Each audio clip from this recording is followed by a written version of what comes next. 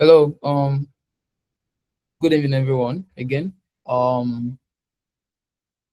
thank you for taking all the time to attend tonight's class. And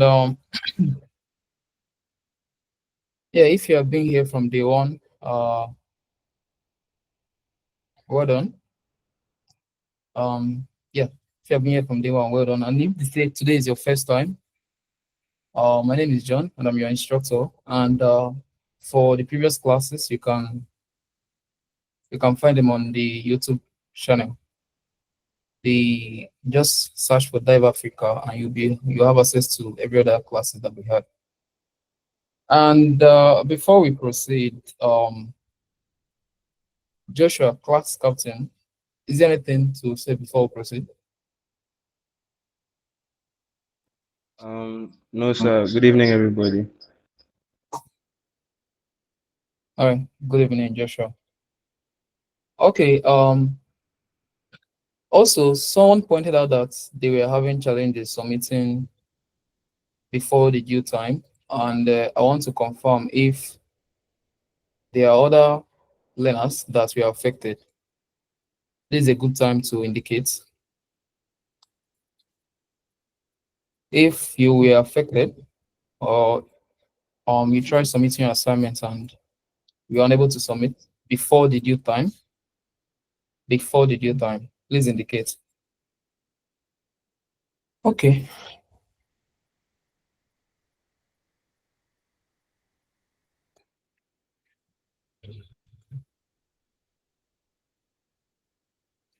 All right. So I guess we have all submitted, hence the silence. Okay. So again, welcome to today's class. In our last class, we talked about let me share my screen.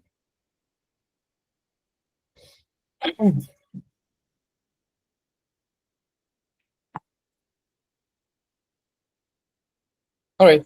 Indicate if you can see my screen.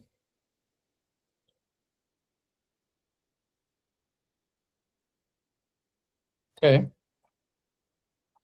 All right. Great. Thank you. Well, let me zoom in so that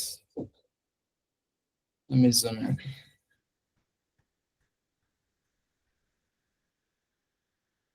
Okay. Yeah, I think just closing up. All right. So in our last class, we talked about HTML semantics. We talked about we introduced an attribute, ID attributes. All right. So we got to understand that the ID is the value you gave your ID is unique for a particular HTML file. And we talked about the list items, the UL and the OL. That's the unordered list and the ordered list, and their children also, which is the list item. We also got to talk about the form elements.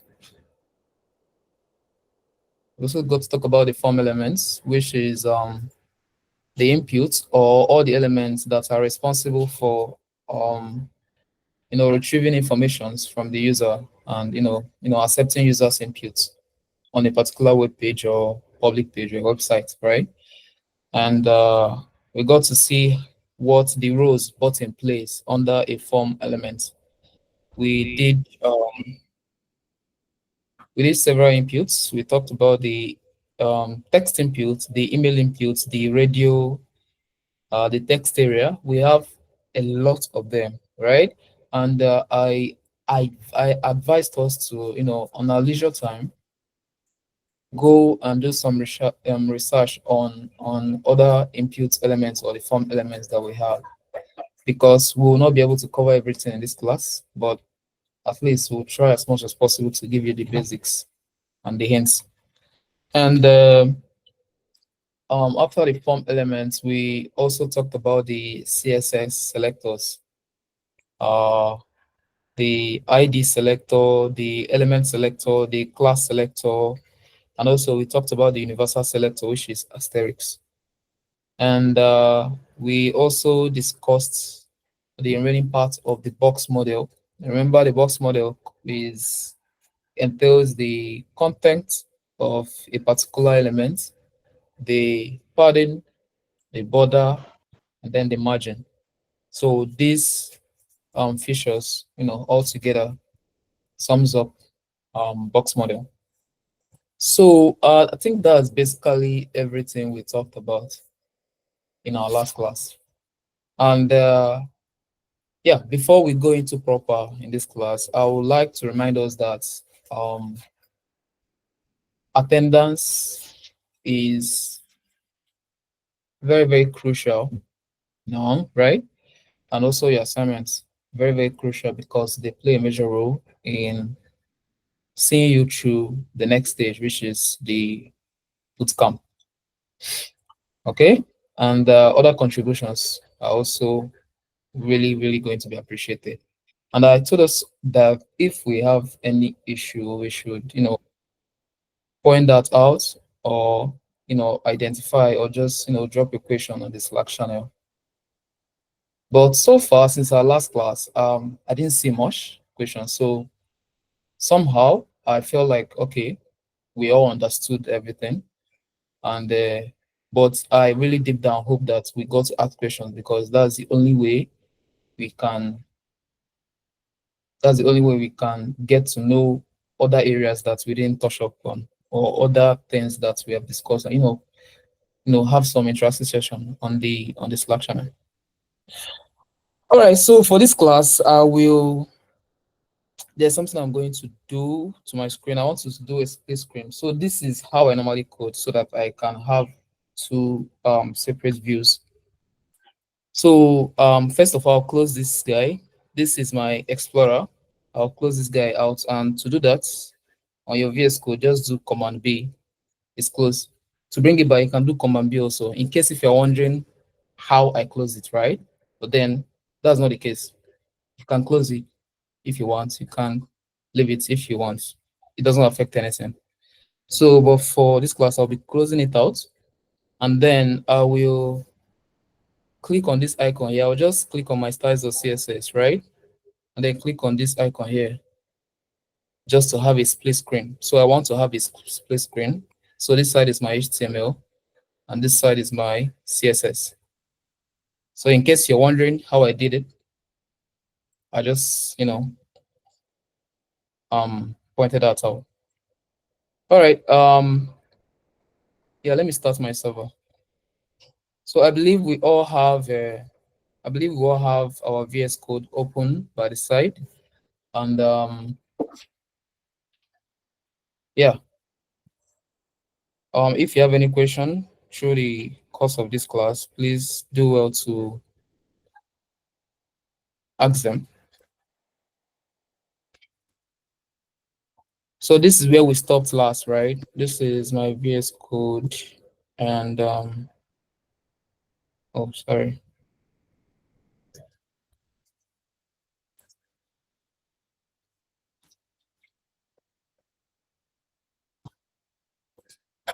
Yeah. So this is the points we stopped last time, and yeah, we'll be continuing from here. Remember, our goal is to, by the end of this program or by the end of this session, to build a portfolio, right? And we are like halfway, or will I say close to, achieving something with it. And okay, I think someone raised up his hand. Latino Ike. Hi, good evening, sir. Good evening. Yeah, thank you very much, Mr. John, for the opportunity to speak out. I think one of the things I noticed about the class has been going well, very well, but then I feel like since we are coding along with you, I think at some point you become very faster than we do. So sometimes, like for the previous class and for the previous class, I was lost at the point, but I don't want to call you back because I noticed some persons they were following. So I don't know if you can just take us by the hand so that as you are doing every step, you are a pro already. And we are, I think there are a lot of newbies on this space. So That's just what that's just my observation. At some point, I just need to be slow so that we can be doing the same thing you are doing. Thank you, sir. All right. Yeah. Thank you, Latino.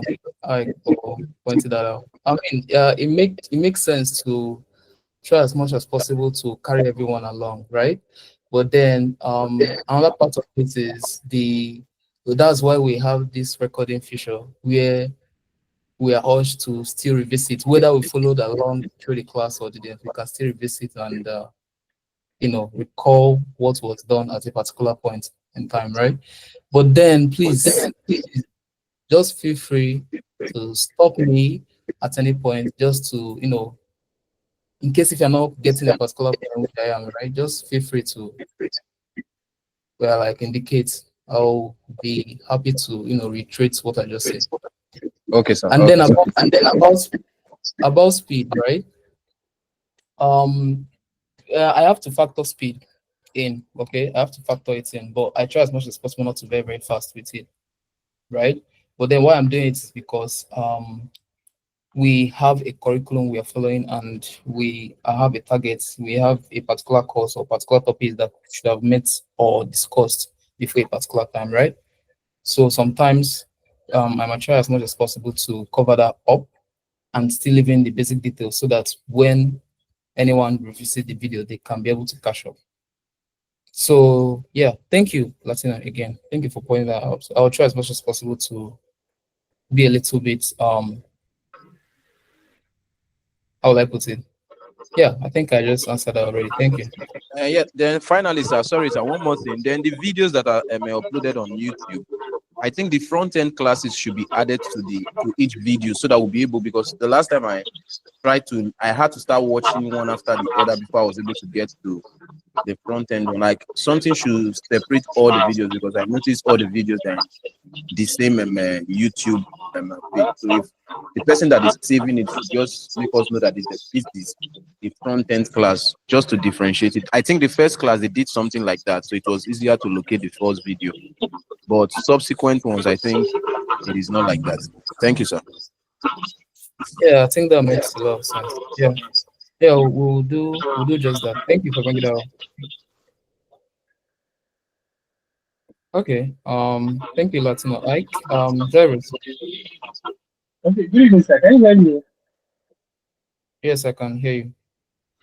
Okay. I think that I have been watching your the previous videos because I was trying to follow along, but like my two classes, previous two classes, if I join, I couldn't see the videos. It was not. I was not following because of the videos was not displaying on my own end.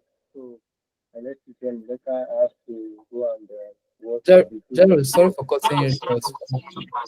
I am actually not hearing what you're saying. Okay, okay, let me. Hello. Is it Okay. better now? Yeah, far better. Okay. I said the last two classes we did, I didn't follow along because of I've been trying to log in and to follow the class, but I don't know whether it's it from my own network. I think which I compared to you then. So, but I think it's now better, unlike the other two classes. So, but I was watching those. I was going through those videos, and I wanted to ask about this. Tag and element, are they the same thing? Yes, tag and elements are the same thing. You can either call it HTML tags or HTML elements.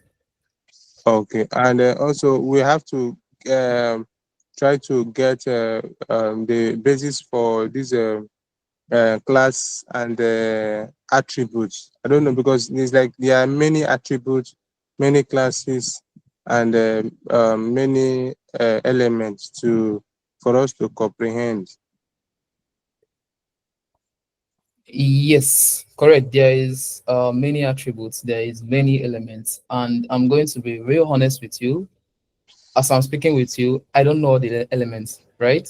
But I can vouch for, I can comfortably discuss the ones that are common, that you almost see everywhere that you work, right? Or you will be using more often.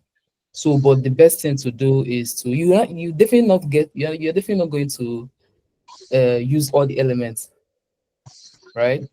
In a project you might end up not even using like half of all the elements we have, but at least knowing the ones that will serve a particular purpose, that's the goal, right? So Okay. at your job, you can still go, yeah, there is W3 schools. Just type W3 schools on your browser. You can get all the elements there. I think it was covered. Then you can now follow through and see what each one does, right? I'm going to use a particular one. Okay. What do you say? W what code? Let me share the W3 schools. W3 schools. W and 3 schools all together. Yeah. Okay. All right. All right. All right. And Okay. about the attributes, there's also a lot of them. And like I said earlier, you definitely not get to use all of them at the long run. But just the ones that needs to, like, say you want to do a particular thing. Okay, these are the attributes you need to cover for this particular thing you want to do. So if you know those things, knowing every other attribute will not be a problem.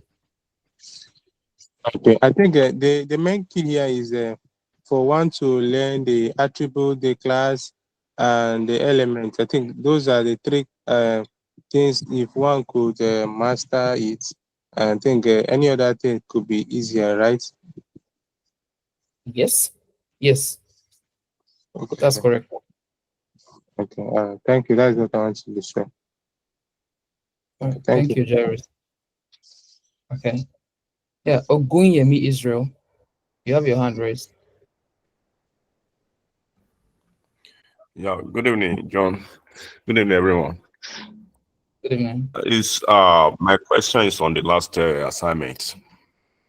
You told us then that if you want to get some other types, some other input types, that we can just press control space and the drop down list will come for us. So you told us to use a test area for the type, test area for the description in the assignment. And Yes. I tried to search for that type. I couldn't find it on my drop-down list when I won't press control space. So that was my own challenge. Thank All you. right. So the text area is actually not an attribute; it's an element, right? Just like you have input, then you set the type to text, email, or whatever you want the input to be. So when you now want to write for text area, you're not going to write it as an attribute. You're going to write it as an element. So that's what text area is. Okay. Yeah, it's an element. If you check to the parts, let me show you my code. This is the text area here. You can see that is an element of its own on this line 59. Okay. Yeah. Yeah, it's an element of its own. Yeah. So On its own. yeah, Thanks. thank you. Good. All right. The last person is Ibuba Daniel.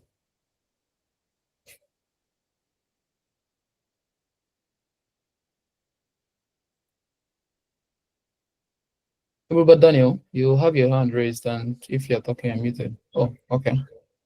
All right. Sorry, before I proceed, I think the class manager is here. Alex, please, if you'd like to say something before I jump to the class.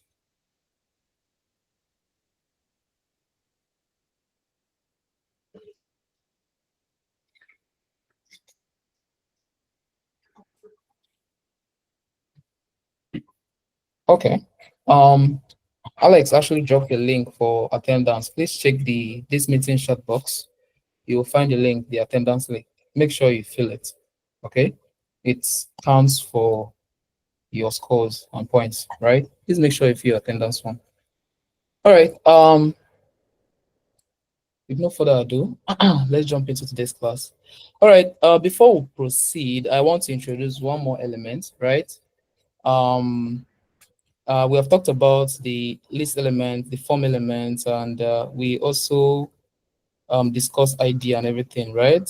There's a lot of elements, right? But then this one is unique because when you start building web applications, that shows or displays a table of information. You've been adding it, right? And this element is called table. There's an element we call table, and it's a little bit tricky on how to, write the structure. But then once you know how it goes, right, I think it will not be a problem. So we have a table element. And what is a table element? It's mostly used for representing a tabular data, right? If you're visiting your, which website should I use, for example? There are some websites that when you visit, you're going to see a table of information. Probably when you're checking stocks, or even if you're checking checking some cryptocurrency information online, right? You're going to see a table of information comparing the other one with comparing the other one with the other items on the table, right? You're going to have the header and then the body.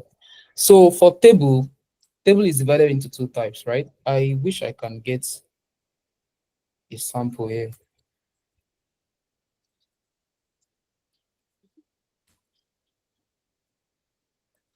I just want to show us a picture. Exactly, yeah. Things like this, right? So these are what we call tables. Okay.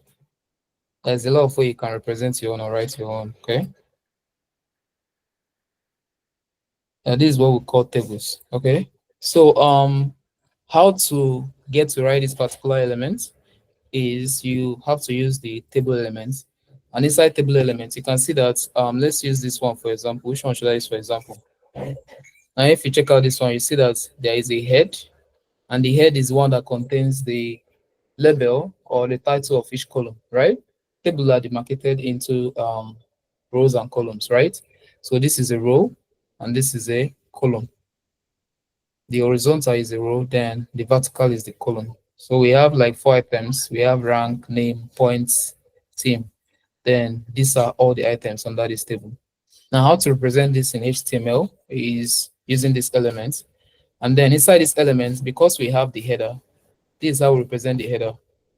So inside the table element, you're going to write T head.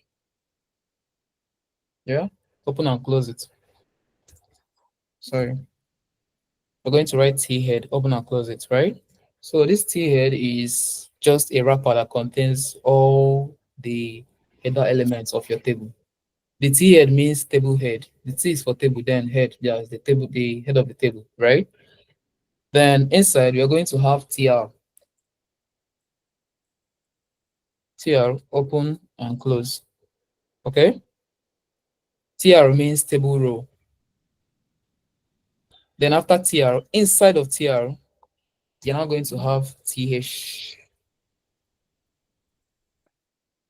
All right?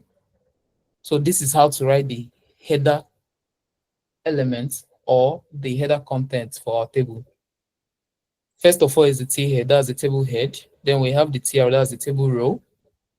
Then we have the TH. TH is more like the table head details. Okay, you can call it the details of each item on the head of our table. So let's say the first TH is, let's say we need SN. You know what SN means, right? Serial number. Okay, that's the first thing we need. Then after SN, just come under after the first TH, put another TH, open and close.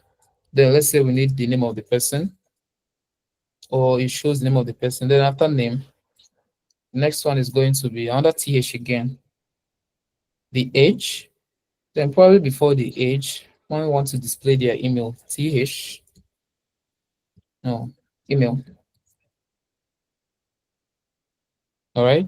Okay, you know what? Let me just display all the informations I have here, right? So I have SN, which is by default the serial numbers of each item. We have full name from our inputs. We have email address. We have mail.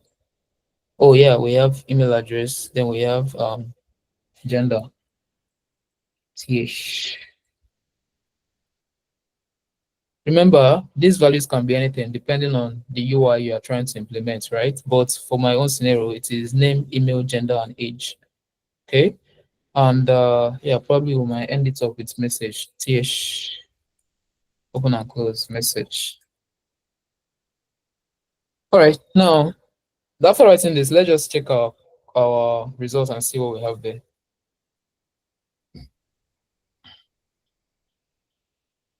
Actually, this is really zoomed in so that we can all see it. Like if I zoom out very well, you can see how originally your play on your browser.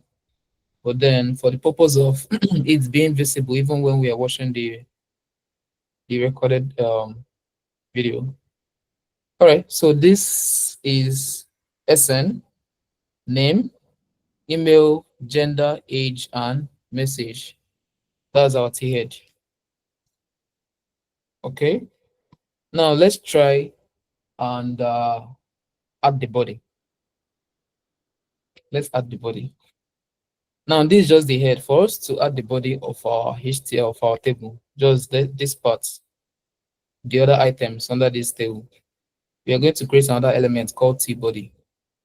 So after thead, make sure you are writing this next element after the closing of thead. This is where thead started, and this is where it ended, right?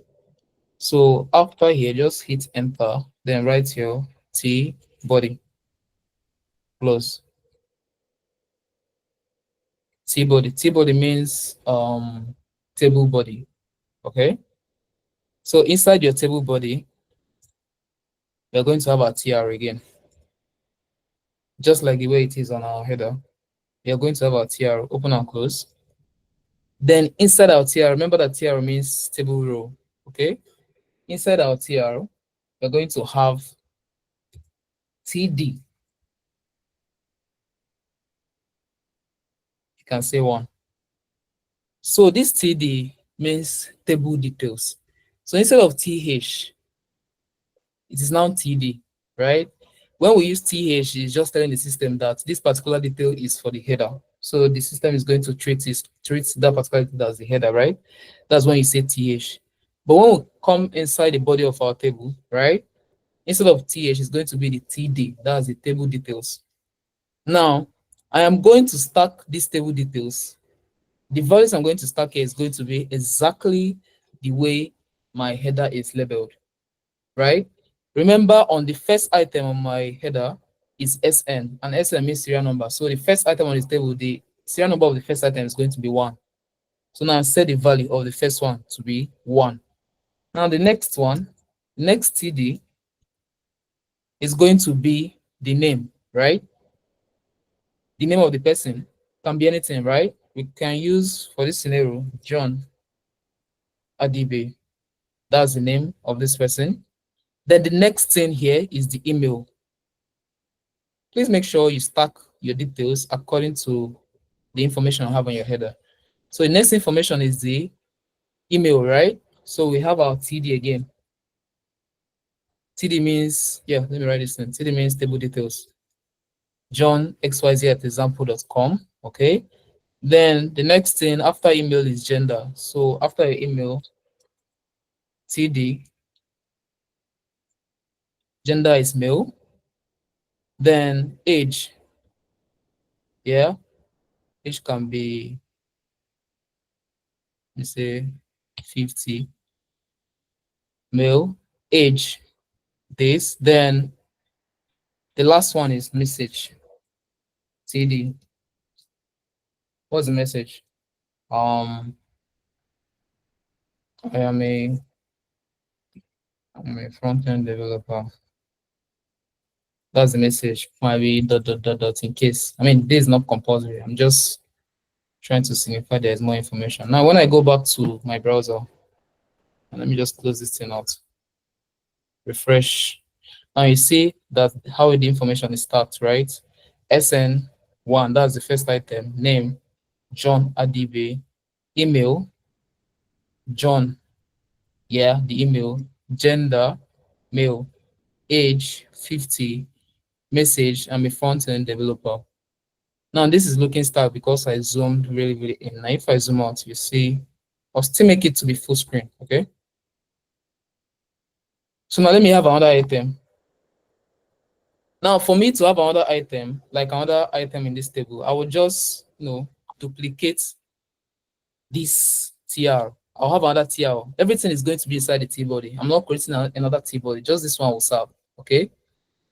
So after this TR, for the next item, I'm just going to come under it.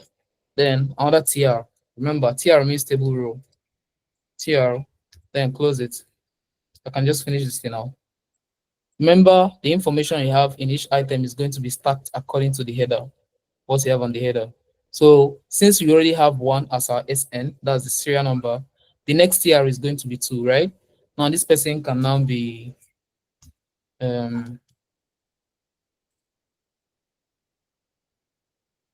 yeah, then the email can be anything entirely, right? Just different information. Okay, then you can say mail. Yeah, probably okay. Then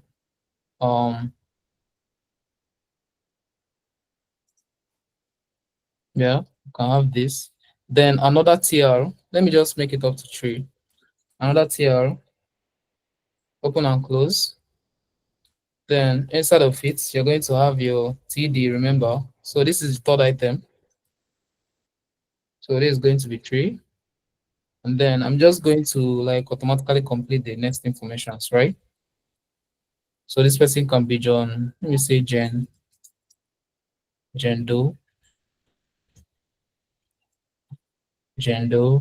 female.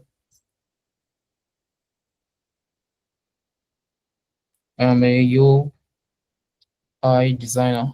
Okay.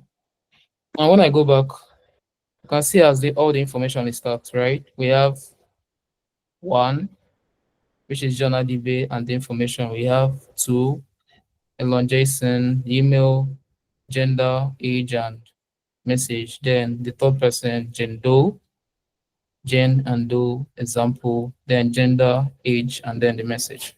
Okay, so this is how to represent tables in HTML. But then our table is looking very, very ugly. In fact, this whole thing is looking ugly. Yeah, we are still going to make it look appealing or a little bit user-friendly as we progress. But then let's work on this table, all right? So first of all, let's add border to it. Okay, let's add a border to it. And how do we do that? Remember, in our CSS, sorry. So I'll come to my CSS, right? How do I select a table element? I'll just type table. Remember how to select elements. So after tools, I can say table. Open and close your curly braces.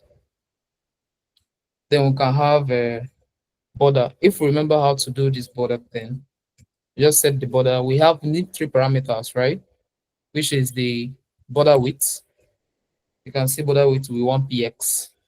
Border style, you can choose solid. Then the border color, black. Okay. Now when I come back, you see that our table now has a border. That's the table wrapper now has a border. Okay. Now I want this table to be full screen.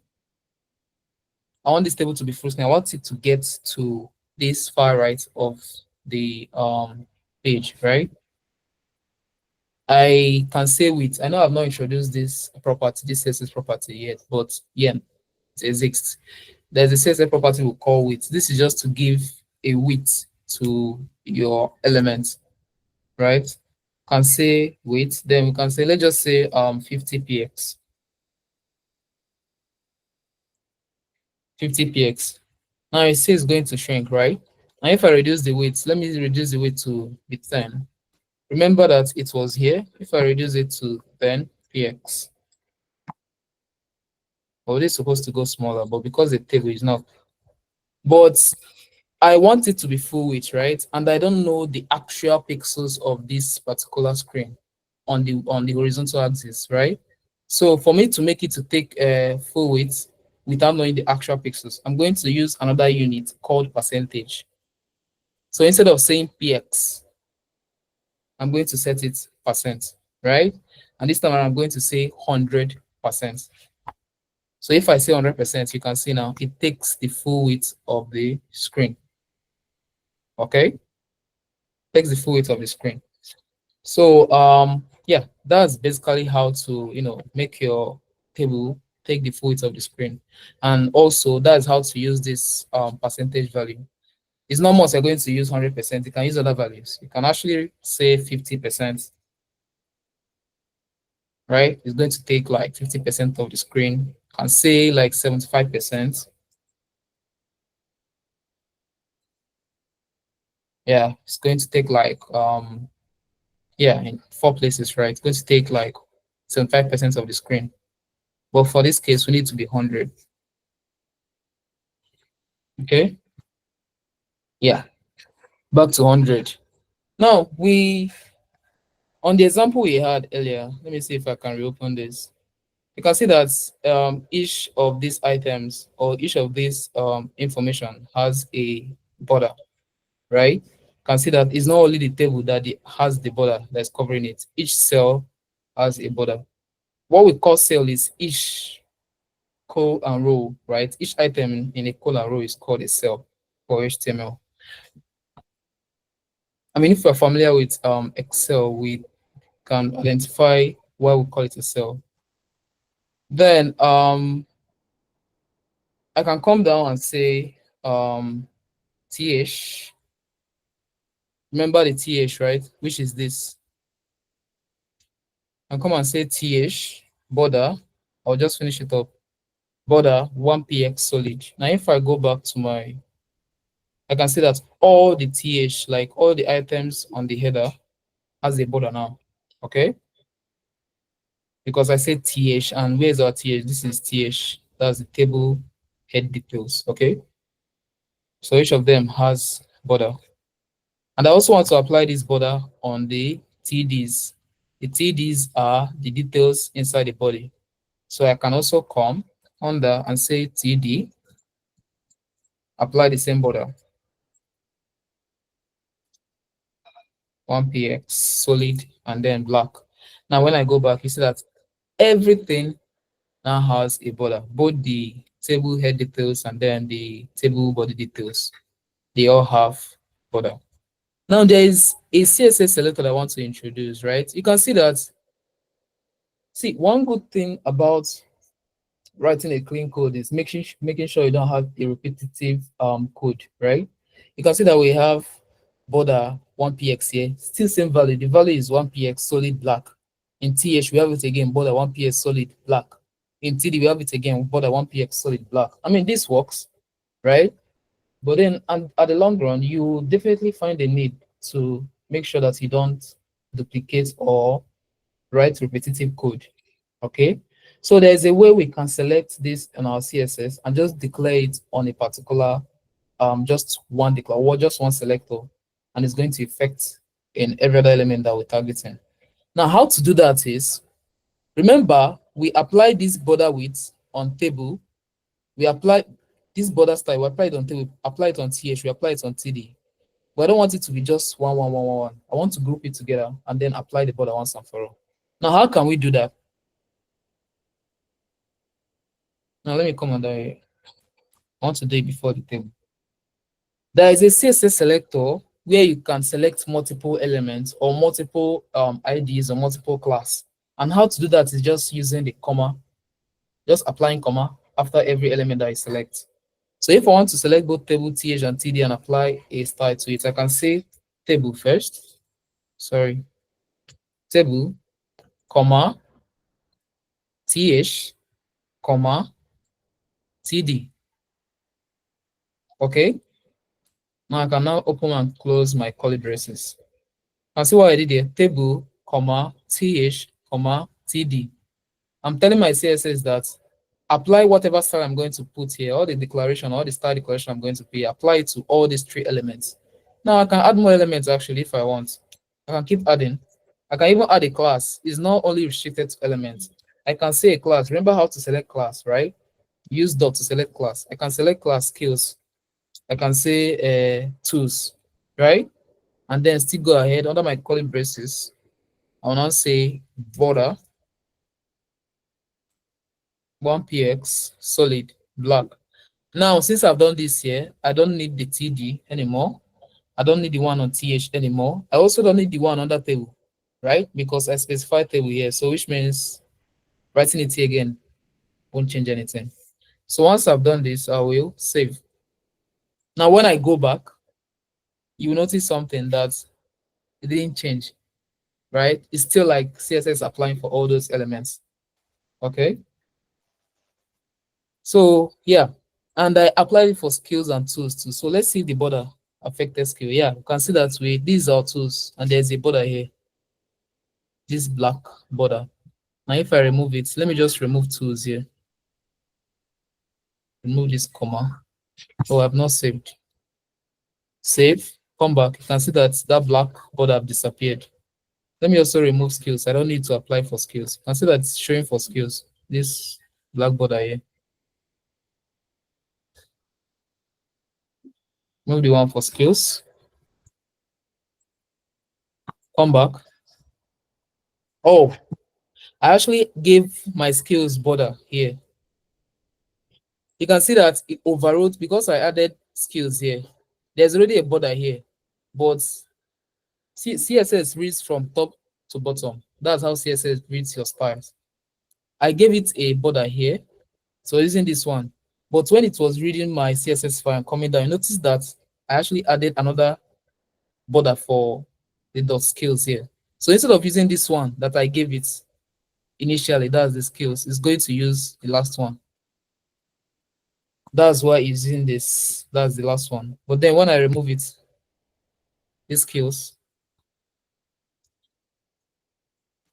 yeah, it now returns to the initial one because there's no more declarations or border declaration after this.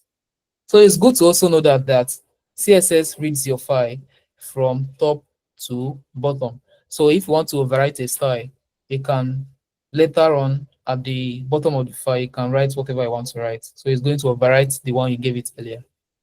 Yeah, that aside, if we go back, you can see that our table has all the borders that we need to. But then I don't want all this space to be here because you can see that there is a space for each border, each gender, each cell has a space before the next cell. So there's more like a gap there. Okay. I don't want this gap to be there. I just want just one line. You can see that this one has a ball. I don't want mine to be like that. I want it to be like this. Okay. Instead of having space between each one. So to do that, we're going to introduce another attribute called border collapse. Okay. Now put that on your table, not inside here. Put that on your table. You can say border collapse.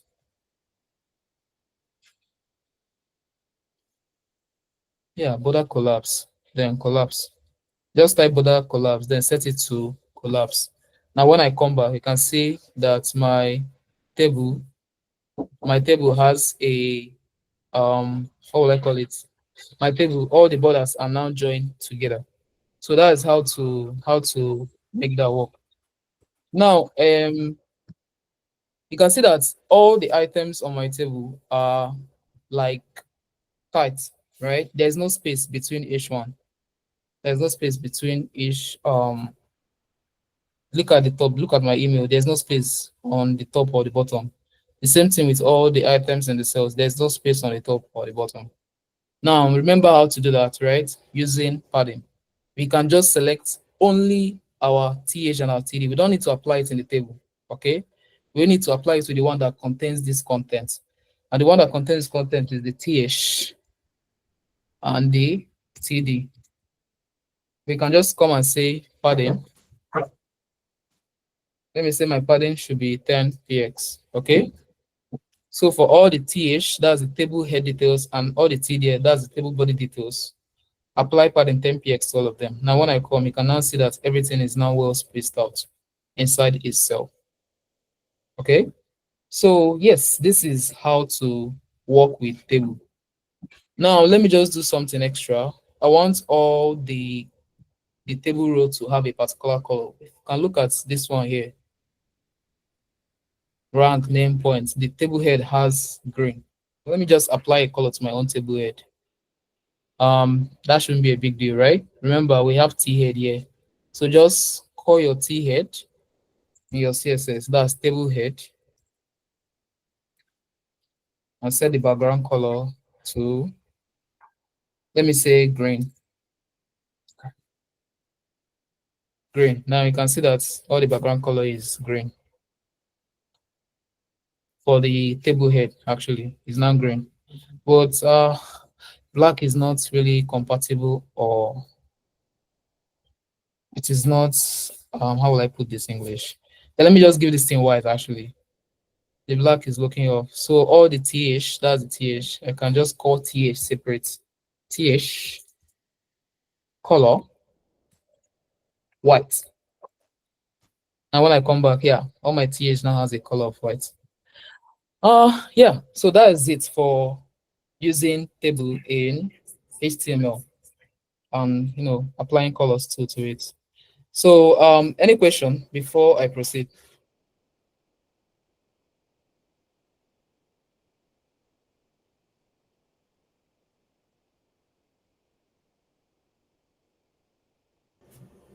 Yeah, Ogunyemi, go ahead.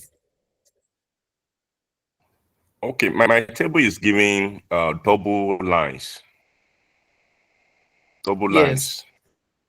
So that's my question, sir. Yeah, you can use this, but apply this particular declaration on the table. That's the main table, not on the TH. Just say border collapse, set it to collapse. There are other values actually here. If you can see that we have collapse, we have separate. I think it is separate by default. If I say separate, Okay. come back, yeah, it's not separated, right? Okay. But if I set the border collapse to collapse, all the borders are going to mesh together. Okay. Yeah. Thank you. Any other question? All right. So if there is no other question, then let's move to the next thing, which is CSS selectors. There is a CSS selector that we call pseudo class. Okay. Let me bring it up here. Let's talk about CSS pseudo class here. Comment out. I hope you remember how to comment, right? CSS pseudo class. Okay. It is actually used to define a special state of an element. And this particular CSS pseudo class, they normally come in handy when you're working with buttons and links or your anchor tags. If you remember in the first class, we talked about anchor tag, that's the A tag. Now, there is something I want you to know before we jump into the pseudo class. Your buttons is not a must that your buttons are only going to be under form elements. You can have buttons anywhere, right? Probably just want the button to do something that doesn't have to, that is not related to its form or anything, right? You can declare your button anywhere, so that you will not think that we only use button under the form elements. You can actually have button anywhere you want. But for this scenario, I want to have a button on my about section. Okay. Now, this is about me. Remember, this is the div that is wrapping about me. We have H1 about me, really, my skills, the tools I use. Then after my skills and tools, I want to have another element, which is the button element. If you remember how to write button, just butn, open and close. All right. Then you can say download CV. You know, you can, on your button element, you can actually put sorry, on my about section, you can put a button that says something to the user, just probably an action button. When they are finished reading about you, they will not take that action. You can say view more, or see more, or read more about me, or download my CV, or contact me, anything at all, right? Whichever way you want to develop your portfolio. But for my own, I wanted to say download CV. See where it is here, in case if it's not visible enough. It is under my keyboard, that is under my tools. Now, I want to apply padding to my border. I want it to be a little bit spaced out. I want to apply padding to my about section. Sorry, I don't know. Sometimes I just, jump talk, but it's fine. Where's my about section here? Yeah, this is my about section. I selected its ID, right? I gave it background color orange. That's why it's showing orange, and this is it. So I can come here and say inside, I will just say padding. Just put padding. Let's say my padding should be 20 px. Oh, this is padding, not padding. Padding. Yeah, you can see that it's a little bit spaced out now, right? Okay. And then I don't want my download CV to be too close to this tool. So I can now select my download CV. Now for this, my download CV, I can give it a class. Remember, class is an attribute that you can use in any element, okay? I can set the class to download CV. I can set the class to download CV. Then in my CSS, I can now say dot download CV. Open and close your curly braces. Oh my goodness. All right. Now, do you know why I didn't say button? Because I have other buttons here. And I don't want the style I give this button to apply to these ones, right? Because if I had said button, let me just comment out or just delete this first. If I had said button and say background color set to red, okay? Now I'm telling my CSS that everywhere you see button in my HTML, apply background color to red. So if I go to my HTML, I'll see that download CV is red, which is okay. That's what I want. But then you can see the reset button is also red. The submit button is also red. So I don't want the class that or whatever style I give this to affect these ones. Okay. So how to do that? Give it a class, yeah, that is different from these guys, the reset and submit. And the class I gave mine is, where is it again? Where's this guy? Yeah, the class I gave mine is download CV class. Okay. So I can say button dot download CV. This is actually the same thing. I am saying that this particular class is a button element, right? There's another way to select in CSS. You can say the element dot the class is an ID. You can say the element hash the ID. Okay. So let's say this div. There's another way I could have selected this div. Instead of saying hash about me, I can say div. I can say div hash about me. All right, it's still the same thing. I'm just saying that there's an element and this is the ID to it. Okay. So don't get this confused. It is either this or this, but make sure that the element you're putting is actually the element you declared in your HTML. All right, now when I do this, you see that this background color will only apply to this button with class download CV. Now when I go back, you can see that download CV has red, but reset and submit doesn't have red because they don't have the class download CV. All right, now I think it's time I zoomed in. Now I want this, the border is really looking old-fashioned, right? Like the 90s border. I want to give it mine, right? I don't want to use the one default to the system. I mean, we can do that, right? We can say border.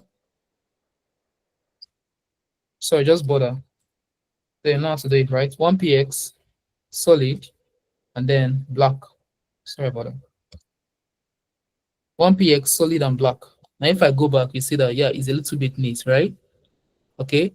So I can also give it margin top, not padding, because padding only affects the content inside. But I want this button and this container here to have space between them. What am I going to apply? I'm going to say margin top, right? Because at the top. So in our button, I'll say margin top. I can say 20px. Now if I go back, we'll see that there is now a space to the top right? Which is 20px, okay? Now the text is actually too close to the border. So let me just give it padding. Remember, I can say padding. I don't need to specify top or bottom. I want it to be the same value all around. So I can just give it one value, say 10px. That's all. Oh, that's too big. Okay. Yeah. I mean, we can use this actually. Okay. So let me check. Yeah, I think this is fine. Download CV and yeah, this is fine. We can work with this. So now I was talking about pseudo class, right? It is used to define a special state of an element.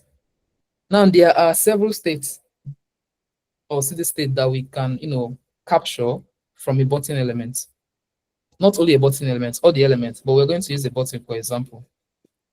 There's what we call hover, right? Hover means when your mouse comes on top of that element. Okay, that's hover. So for the extent that your mouse is on top of that element, you are hovering on that element. If you're outside, you're not hovering on that element anymore. Just assume hover to be helicopter. We say that helicopter hovers, right? So just stay in the air for a while. So that's just what it means or what the sense is here. So now I can say hover, and this is how to apply pseudo class CSS. You can say button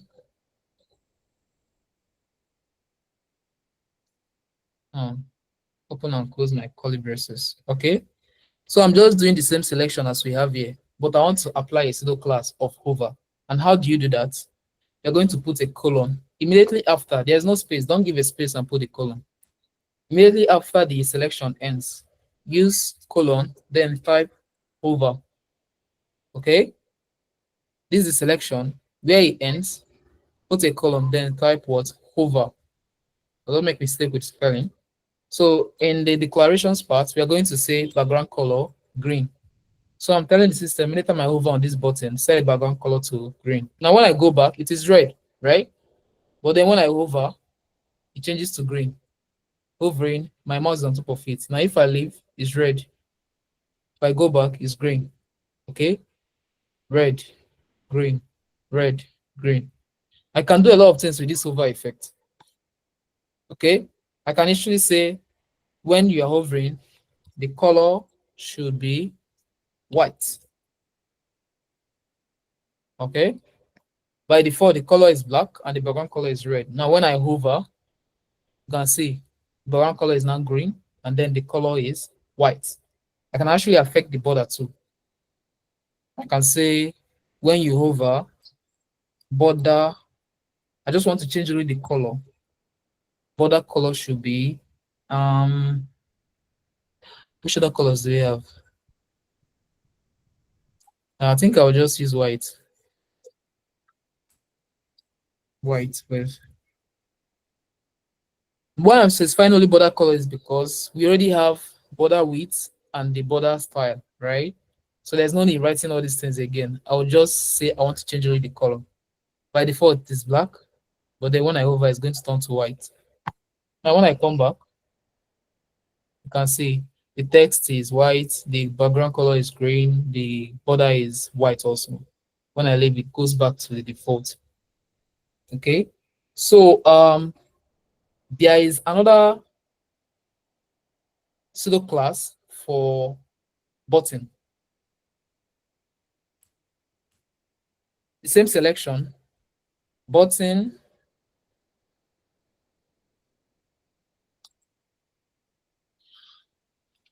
please ignore the autocomplete, right? Just focus on the final selection.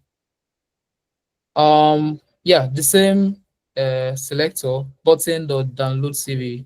Sorry, in case this button.download is confusing, I will just take it out, right? So we just know we are selecting only class. So .download CV, that's class of download CV, which is here. The same thing over, do this. Then the same download CV, I can say active. Okay, so this active state is when you click on it, right? when you click on this button, remember I didn't click on it, I was just hovering. I'm not clicking my mouse right now. I just brought my mouse on top of the button, change color, right? But then I can apply another style to it, say when the user clicks on it, okay? Just to give the user some feedback that, okay, they have actually clicked on this border. So let me just look for a weird color and give it. Let's say color set to purple, background color set to yellow, border color set to red. Okay, so I said when it is active, and how to declare that is colon, then active. That's when the user have clicked. Set the color to purple, background color yellow, border color red. Now when I go back, this is the default state. Hover, this is the hovering state, then click. This is the click state. I'm actually clicking right now. If I stop clicking, it's going to, that color is going to change, or that sky is going to change. So that is how to give a feedback when you click on a button. Now, if I click on it again, you see text is purple, background color is yellow, and the border is red. Now, if I stop clicking, it goes back to the hover effect or the hover state because I'm still hovering on top of it. Now, if I leave my mouse, it goes back to the default state. So yeah, that is how pseudo class works. And pseudo class is not only used for button, right? We can use it for on the anchor tag too. I can apply pseudo class on the anchor tag. Now let me introduce a header, because in my website I want to have a header where the user can click on about me, contact me, every other information, or see my logo and all that. So let me create that element, but I'm going to create it before the header, okay? I want it to be before the header. So how do we create a header element? Remember the header HTML semantic. Yeah, open and close. This header doesn't do anything in particular, right? It's like a div tag, remember, but because it is good to, use semantic elements, right? So we call it our header. It's going to be at the top of our website. If you visit some websites, you see the header section. Most of them are wrapped in a header element. So I want to have remember we talked about nav, right? Nav means navigation, okay? Nav means navigation. In the header tag, I want to have a nav container where they can click other elements to navigate through the page. And we talked about another element called anchor. And how to write anchor tag is A. Okay. So I want the first one to be home. Okay. Then the next A tag, I want it to be about me. The next one, A tag, I want it to be my projects. Wait, we are still missing the project section. We'll get to it. Then the next A tag, I want it to be contact. Okay. So yeah, let me put the href attributes. I believe we remember the href attributes. Yeah. The first time we talked about this, we did a demo with linking with Google and other social media apps, Twitter and all that, right? So this href attributes in A tags is the link where you want that particular tag to take you to. Okay. But by default, if you put hash in all of them, just hash here, it's going to still stay on the same screen, right? Now, if I refresh, we have home, about me, project, and contacts. Now, if I click, nothing changes. We are still in the same screen. That's what hash does. Hash is just like, navigating you nowhere, just staying on the same screen, right? So now I want to apply pseudo class to all these anchor tags, right? I want to apply a pseudo class to it. Now, by default, if I refresh, well, how can I reset this cache? This is already taking some pseudo class by default. Okay. I want to give it a class, but let me give the class to the nav. I can give the class menu. Okay, that's the nav. Can say menu. Now to select this, navigation. Okay, the menu.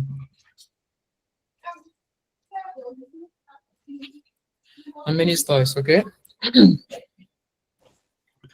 Now for me to style this, I have menu here of class menu on the wrapper. That's nav. I can just say full stop, then menu, open and close your curly braces. Okay. Now I want to select all the A tags inside the menu. Okay. Now I can say dot menu in the selector, in the selection area or the selector area. After the class, this is how to select the child. Just type the name of the element beside it. Make a space, then type the name of the element. This is how to select a children of a particular selector. First selector is the menu, that's class of menu. Now I want to target the element, the A element. I can just say A. That's when it's start I apply, it's going to affect all these anchor tags inside the menu. Okay.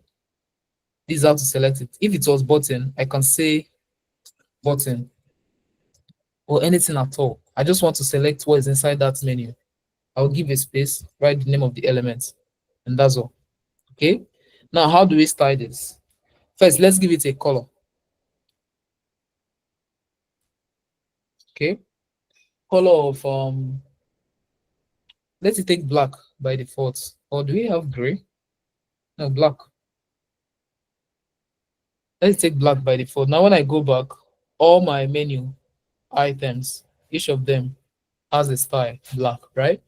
Now, there is this underline is the default decoration that is from CSS or from the system. Yeah. So by default, anytime you declare an anchor tag, it's going to apply underline to it. Now, if you don't want this underline, you can actually remove it. And how do you do that? Just after that, we have another CSS property called text decoration. You can say none. Okay. Text decoration none is I don't want you to apply in decoration to this particular element. Now, when I go back, I can see that the underline has gone out. There's no more underline. But then let's play with this text decoration. There's other values to this. We have dashed, we have dotted, we have double, we have line through, we have overline. The overline, I think, is going to apply the underline at the top. Did it? Okay, why? Well, let's try another one. Figure out why that wasn't working. Well, let's say line through. The line through is just going to like draw this line through it here, more like canceling it out. Yeah, so with if you want to apply something like this in your HTML, probably cancel out a particular content. You can just say text decoration, line through. We have other properties. I think there is dashed. Let's see dashed. Well, I think we need to apply another color. But no problem. Let's just set it to none. But then these are other ones, other text decoration value that we have. So you can still go try it out. So now there is no decoration to it. Now I want it to, when I hover on it, it should change color. Okay. Remember how to do that. Putting the same selector, but then add hover to it. And how to add hover to it is with colon, no space. After the end of the selection, put your colon, then hover. So when I hover over this element, I want the color to be, blue. Yeah. I want the color to be blue. Sorry. Now, when I hover on it, you see that each of them changes color to blue. Okay, each of them changes color to blue. And then I also want to bring back that text decoration. So I only want that text decoration to show. So I'm setting text decoration underline. So whenever I hover on it, underline it. Now when I go back, it's going to show blue and also apply the underline. The same thing with every other one. Okay. So this is, yeah, underline. Now, there is another state to anchor tag. There is visited. That's menu. Active, remember, active is when you click on it. But then let's talk about visited.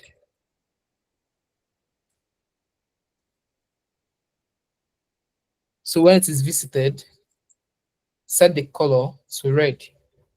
Visited, oh, because I've visited all of them, I need to reset. How can I reset this state?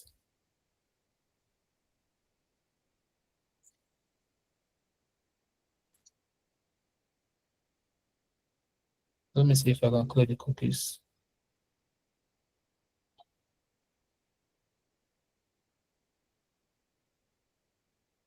Okay, you know what? Let me change the value because all of them have hash. I think that's why. So let me change this one to. So home is hash by default here. Still stay on the same screen whenever I click you. There's no need going to any particular section. Then about me, I want to say hash about me. Then for projects, I want to say hash projects. Then for contacts, I want to say hash contacts. Sorry. Let's see if that's still there. Exactly. It's no more there. Now, this hash here, before I go back to this hash, remember how do you select IDs in your CSS? Use hash to select IDs. Okay. Now, when you say hash a particular ID, if that ID exists on your file, whenever you click on this particular link that has that ID, it will take you to that section. Okay. Now we have ID set to about me here. That's the about me section. And I came to the href, that's the hyperreference attribute of an anchor tag. I set the value to be hash about me. Hash is how you select IDs.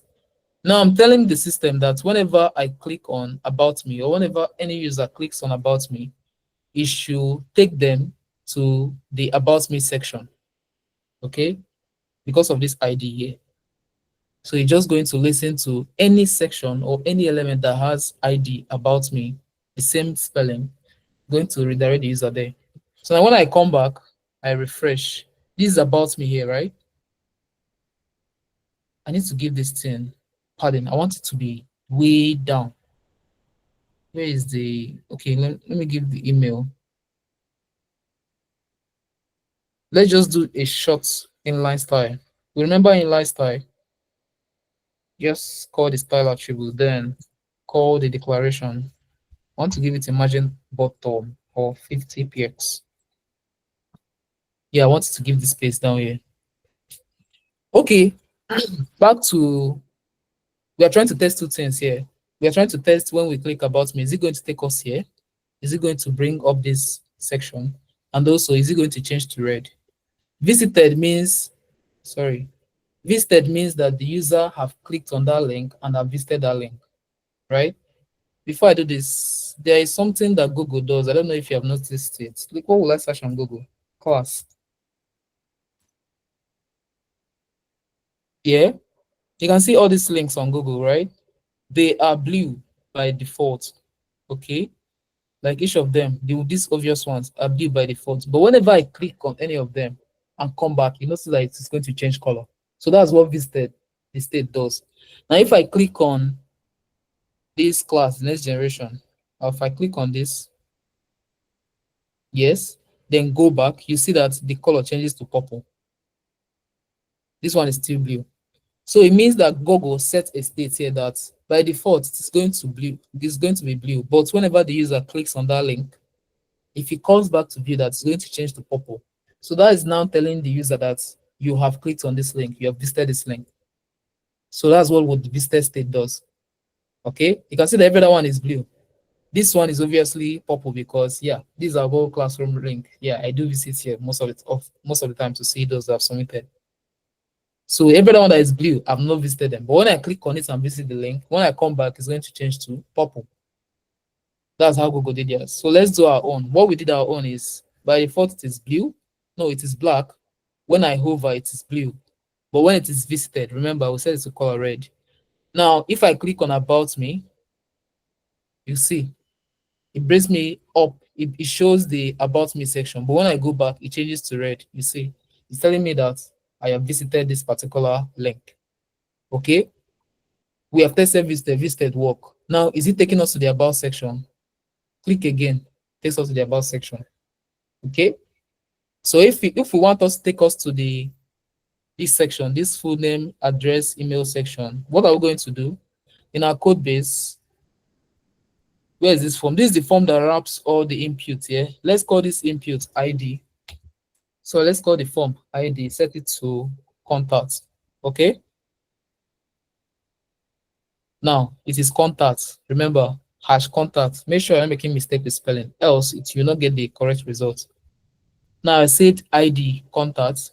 And for it to redirect me here, I came to my contact link. I set ID contact there. Now let me go back. So I am expecting when I click on this contact, it should take me to this form, right? It should take me to this form. And then this contact should change to red because I've visited it. Now let's test that and see. If I click, it takes me to the form part, okay? Now when I go back, it changes to red because I have visited the link. Any question?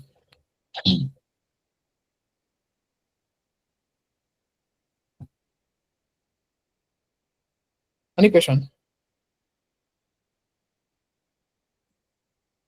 No question. All right, so let me quickly run us through other style attributes. Sorry, other style selectors that we have. Okay, so we have styling for the list. Okay. I'll be quick with this. Remember, we give our list class skills, okay, and the tools to class tools.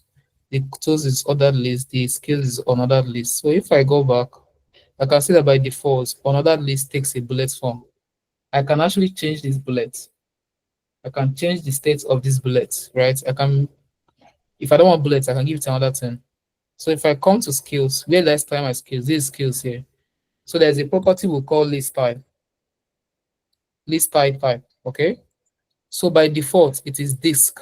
Disk is the one that shows circle. If you go back, you can see that it is circle. So by default, it is disk, but we can change it to anything that we want. Let's see all the values. Control space bar, remember. So let's say square. So I don't want it to. If I come back, I'm going to change to square. So you can actually change the bullet form of your another list. There are other ones actually. Just one more and we go to the next one. So there's a lot of them. I want you to test all of them out, okay? So there is decimal. Let's see decimal. I go to decimal. Oh, okay, decimal changes it to numbers, to numeric. Decimal changes it to numeric. It will now take the form of an ordered list. That's this. But then I want a bullet. Georgian. Let's see Georgian. Okay, just take some Georgian characters, I believe. So yeah, that is how to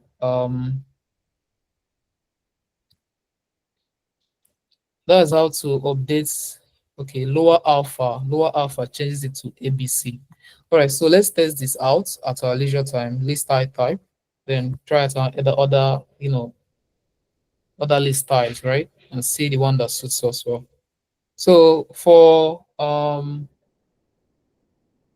yes, for we actually have another one that is list type position. Now, if I give this particular list type, let me see something. Okay, let me work this. Let me work on this. This is the tools, right? The mouse, keyboard, and laptop. Mouse, keyboard, and laptop. So there is another list type. It's a list, so I can apply a list type property to it. There's another list type we call list type position. Okay, there are two. It's either is inside or outside. But by default, list styles are always outside. How do you know that? Because the list readings or what identify the list is outside the container. It is outside. If it's inside, it's supposed to be inside this background color. So by default, it's outside. It's outside. Sorry.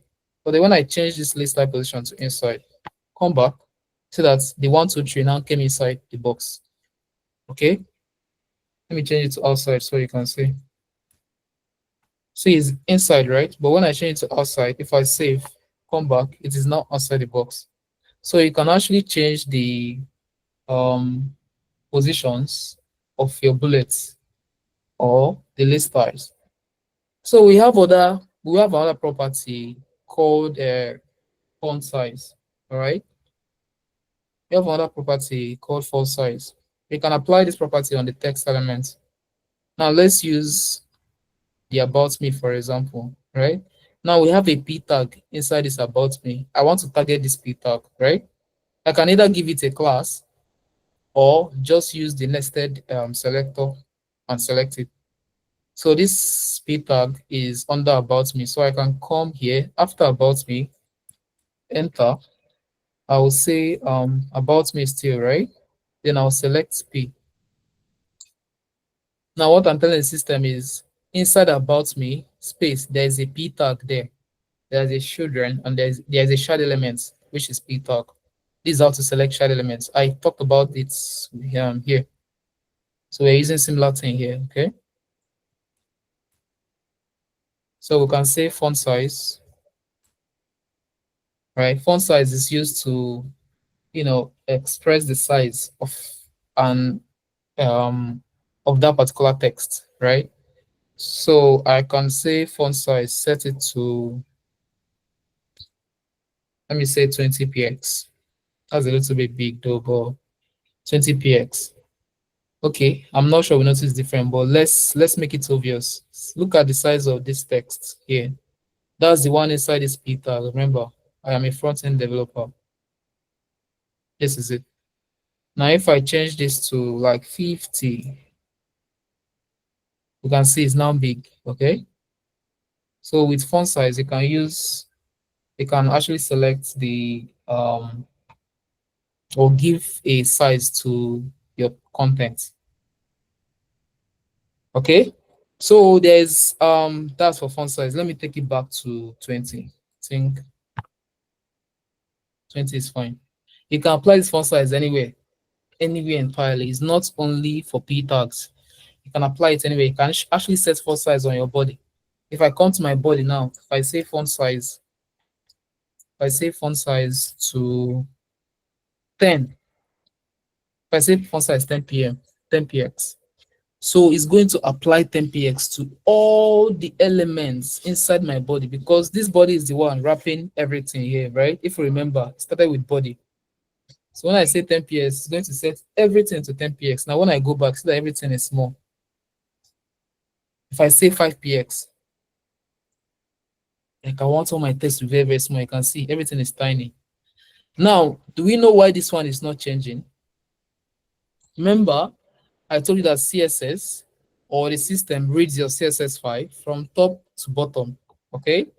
Now at the top, we set the font size to be 5px, but somewhere at the bottom, we later overwrote this font size to be 20px. That's why this one is not being affected by that 5px from the body. So if I remove this font size here, if I comment it out, you can see it's going to be small. It's going to take that first font size. It's good to know that this is how CSS works, because you might write some CSS and then you wondering why it's not working without knowing that there's particular other CSS somewhere that is overwriting the one you did. So yeah, 5px is actually very, very small. Let me just take everything back to 16px. Yeah, this is fair enough. Okay. So that is that for font size. And aside font size, we have width and height. Okay. Width and height is obviously used to increase the width of a container or a box or the height of a container. We'll still be using px as our unit. Now let's target about me. This is about me, right? No, let's target this one. HTML, CSS, and JavaScript. I think that is skills, right? So where is our skills? This is skills. Now after everything, our skills. Now let's give it a width and height, okay? Width 50px. Come back. See that the width is now smaller. The width is now 50px. It's smaller. This is 50px width. I can actually increase it. I can say with 100px. Well, this is fair. Okay. Now remember we apply this width on the table elements and we use percentage for it. Also, we can actually say instead of using px, we can change the units to percentage. Now when I come, it's obviously going to take the full width of the screen. Now why it is going out is because it is assuming the width of the screen. It is ignoring the space here and assuming the width of the screen from here to here, right? That's why it's going up. But then we are still going to fix that by applying box sizing. We'll talk about that in the next class. So yeah. Let me take it back to px. And then I can say height. Just like we have width, we have height. Okay. I can see height to be also 100px. I want it to be a square. Yeah, this is a perfect square because the width and the height is 100px. Also, we have mean width. We also have mean height. Just like we have mean width and mean height, we also have max width and max height. So mean width, what mean width does is it's going to set a limit to, that's the smallest width that that particular container can be or that bus can be. That's the minimum width. Mean width means minimum width. Mean height also means minimum height. That's the smallest. If it's going to be ever be small, this is the extent that it can go to. Else, it can take any other width that is greater than that. So if I say minimum width, let me remove this guy. If I say minimum width to, let me say the minimum width is 120px. Okay. Now it's going to ignore this guy and it's going to ignore this 100px width here and take this value. Because I'm saying the smallest width that it can ever be is going to be 120px, but it can be anything greater than that. Now when I come back, refresh, comment out this width, let's see what happens. Oh, you're just taking, yeah, the new is taking, yeah, let me take this thing back.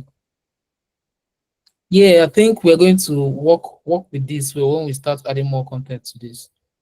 But what this is actually doing is saying the minimum width can ever be is 120px. But if we want to see this in action, we can see max width. Max width is 120px. That's the highest width it can ever go to is 120px. Now, when I take out this width 100px, you can see it's just going to stop somewhere here. Right? So which means from here to here is 120px. It cannot go higher than that. So that's how max width works and minimum width does, and also max height and minimum height. I will urge us to, check it out on our leisure time, right? Minimum widths, we have max height, we have minimum height. Okay. So these four attributes, sorry, these four CSS properties, I want us to check it out. It will come in handy actually.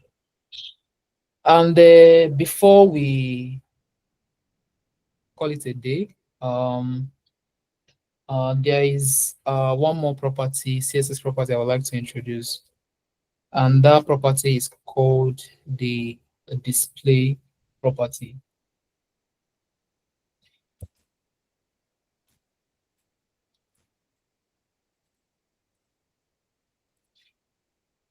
the display property. So what is the display property here?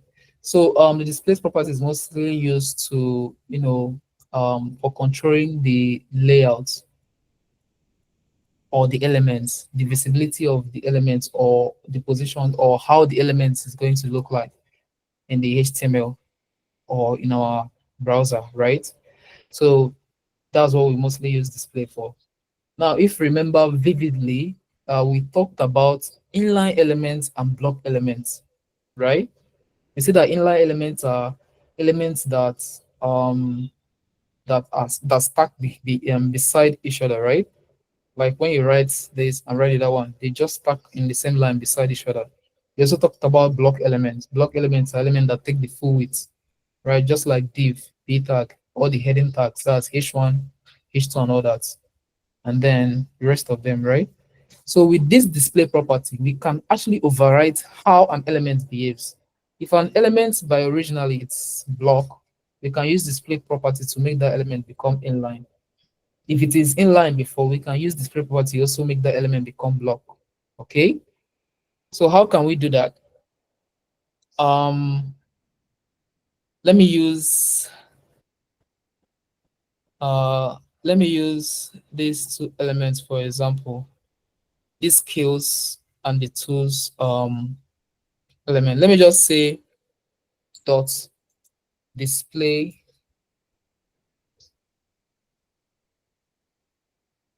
sorry. Let me say the display inline. Okay, this class doesn't exist yet, but I can create it and still go and add it to the attribute where I want it to. Now, what I'm going to say here is there's a property called display. Okay, just say display. Yeah, then you have a lot of values. How can we know those? Control spacebar. You can see all of them. There's a lot of values. There's grid, there's inline block, there's inline flex, there is block elements, there is flex, there's content, there's just a lot of them, right? So we're talking about, if not all of them. But first, let's say inline. We just want this one to be inline. Okay. So I'm saying anywhere I apply this class, set display to be inline. I want to remove a width somewhere. Where is that CSS that we have before? Okay, I removed the width. Okay, let me comment out the height soon. So this is skills, this one, and this is tools. Now I want to make them inline. They are block by default. UL and OL elements are block. Block means they take full width, right? Now I want them to be inline. I want them to be beside each other. I can just copy this class here and add it to this class. I can say space. Remember, I told you that you can have multiple class names. All right. And how to have multiple, you just after each one, give a space, write the next one, give another space, write the next one. Okay. Now we can give a space, write this one, save, come back. Oh, this is going to break. Of course, it will. Come back. Then let's apply the same inline to these tools. Space, put it in the class. Okay. Then come back, refresh, and it's going to break. Let me say inline block. Let me just see why this is happening. Yeah, I think we are going to use inline block. Inline block does a little bit the same thing as inline does, right? But I think why it was breaking for inline is because by default is a block element. So we want the two of them to, since they are block elements, I want them to be inline, right? So this particular skills is now an inline. This OL is now an inline because I added this class that has display inline block to it. Now when I go back, I can see that they are now in line, in one line, right? They are now beside each other. So that is for inline. Let's do display. You know what? I think it's best I give this one the name. Instead of inline, let me say inline block. Because I want us to talk about each one. Now, if I go back, it's going to break because I've changed the value of the class. So for this to still effect, I have to rename this one here to be inline block. Also this one, inline block. When I go back, it's going to remain the same. So we have another display property. Display none. Display none is just set your display to none. What display none does is it is going to none, just like you're telling the system, don't display this particular element. That's what display none is. This element, I want to display it none. Now, when I apply this class to any element, that element is going to disappear from our browser. Which element should I choose? You know what? Let me choose the about entirely, right? So where is the about? This is the about. This is ID. This is a class. So I need to create a class. I need to set the class to paste display none. Yes, sorry. So it's going to take this tile. Now, when I go back, there's no more about, right? Because I told the system to not display that particular element. So that's what display none does, right? And then we actually have a lot of them. We have a display. We have display flex. Oh wow, why am I making this mistake?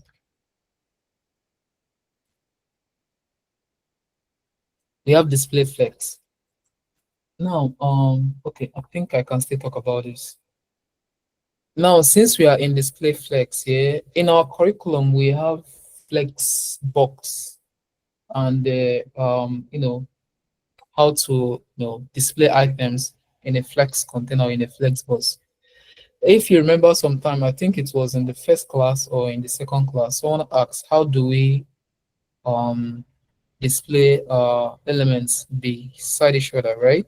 We can make them inline, but the best way to do that is using the display flex property.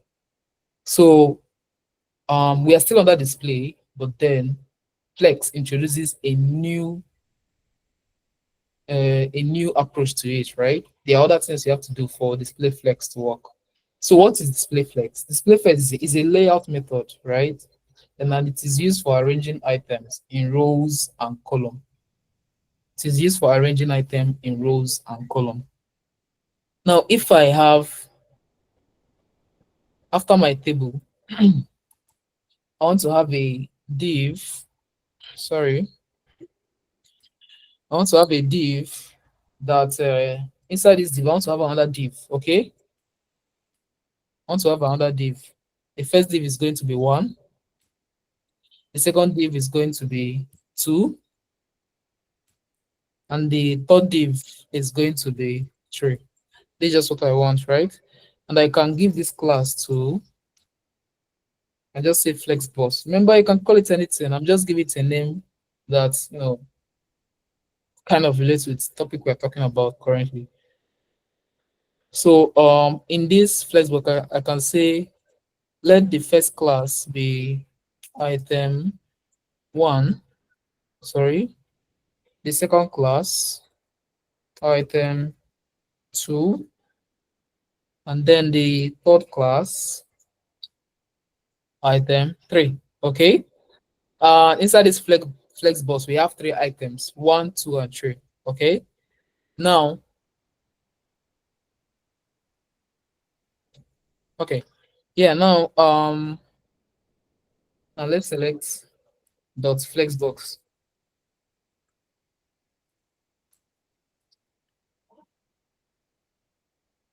But first, before I do this, I want to give all the items color. So I can come and say item 1. Background color is blue. I want to give it width. I want it to be a perfect square. So I can say width 100 px. And I can also say height and say 100 px. Okay, that's for item 1. Now when I go back, this is item 1. Okay, I don't want this space between. I want to have space here. So on Flexbox wrapping it, I can say margin top to be 20 px. Now there's now a space between the Flexbox and the table. So we can work with this. All right. Now let me do the same thing for item 2. Item 2, background color. I want to give it a different background color. Background color red. The same width and height. Okay. For this, I might just ignore this repetitive width and height. Sorry. Then the last item we have item 3. Then a background color should take green. Then width and height, the same thing, right? So now if I come back, I'm going to see item 1, item 2, and then item 3. All right. Now, why are they under each other? They are not in the same line. Each of them has its own line. This item 1 is taking this whole line. This item 2 is taking this whole line. This item 3 is taking this whole line. They are all block elements. That's obvious, right? And with display flex, right?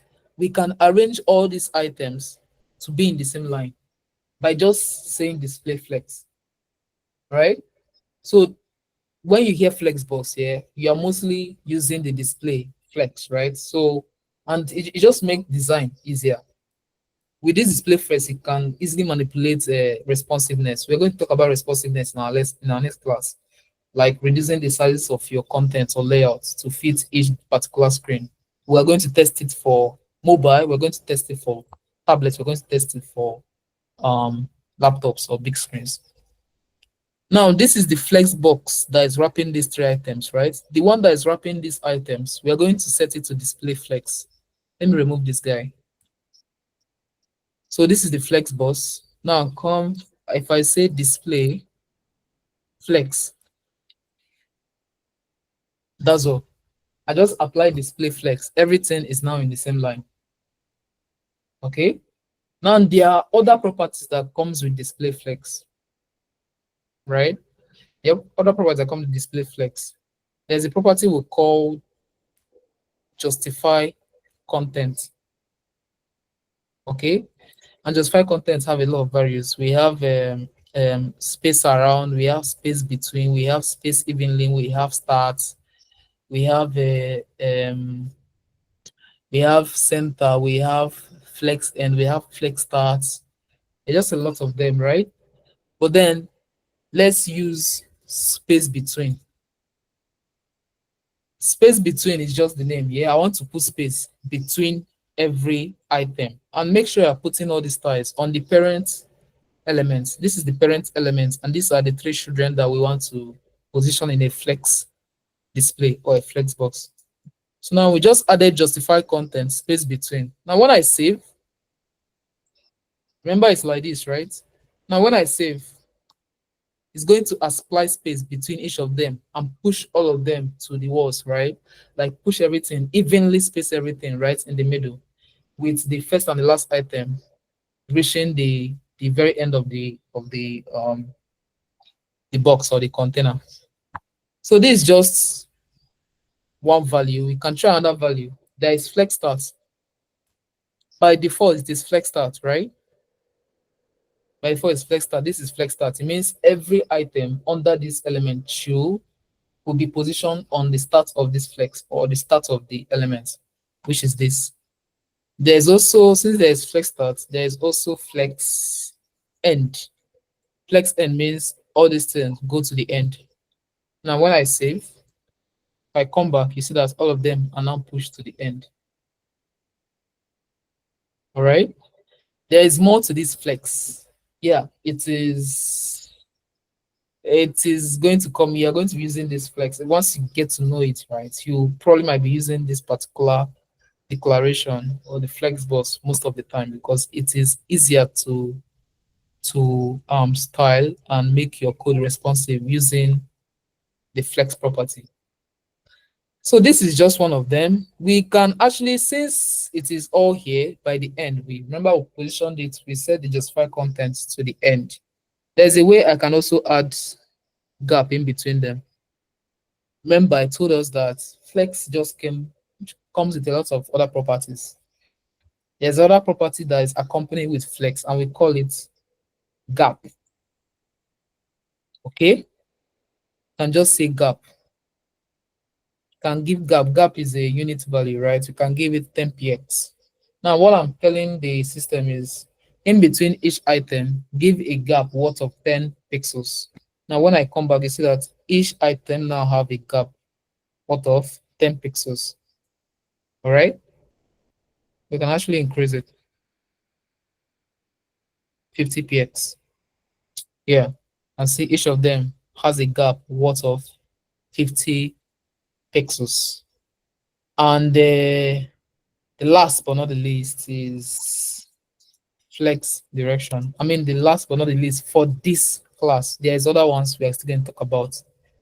Flex direction, right? So by default, whenever I apply display flex, it aligns all the items on the row that's horizontally, right? You know that this is horizontal. From left to right is horizontal, but from top to bottom is vertical. So by default, it is horizontal, but then we can actually change direction. Probably we don't want it to be row, right? Row means like this, right? Left to right. Can change the value of the direction or the change direction of the flex. How can we know the values? Control space. You can see all of them. You can see column. You can see column reverse. There is row, which is the default value. There's also row reverse. Let me choose column first. Now, if I go to column, you see that everything is aligned to the column, which is the how it was before we even started applying this display flex. Okay. I see that everything is positioned in the column. Column is bottom to the top to bottom. Sorry. Now there is also column reverse. I believe we saw that column reverse. Let me do column. Comment out this one. Sorry. We have column, flex direction. We have column reverse. Column reverse means by default it is 1, 2, 3, right? But column reverse is going to reverse this particular item. So instead of 1, 2, 3, it's now going to be 3, 2, 1. Now column reverse, come back, you see it's now 3, 2, 1. It's going to reverse the items in the content, just manipulating the HTML structure. And yeah, but we can still set it back to row. Flex direction, let's say row. But if we come back, it is row. It is to the end because our justify content says end. So we can set our justify content to flex start instead of end. Now it is starting from the item. Just like we have row, we also have row reverse. By row, we mean start from obey the structure, how we position that element in your HTML, which is 1, 2, 3. Okay. But then row reverse is going to reverse the items in the row. Now, when I say row reverse, come back, it is now 3, 2, 1. Okay. So yeah. Okay, that is that for the classes we have today, or the topics that we are supposed to be discussing today. We still have more, but then time will not allow us to proceed. And yeah, so yeah, this is the end of the class for today. So if you have any questions leading up to this moment, this is a good time to, ask. And all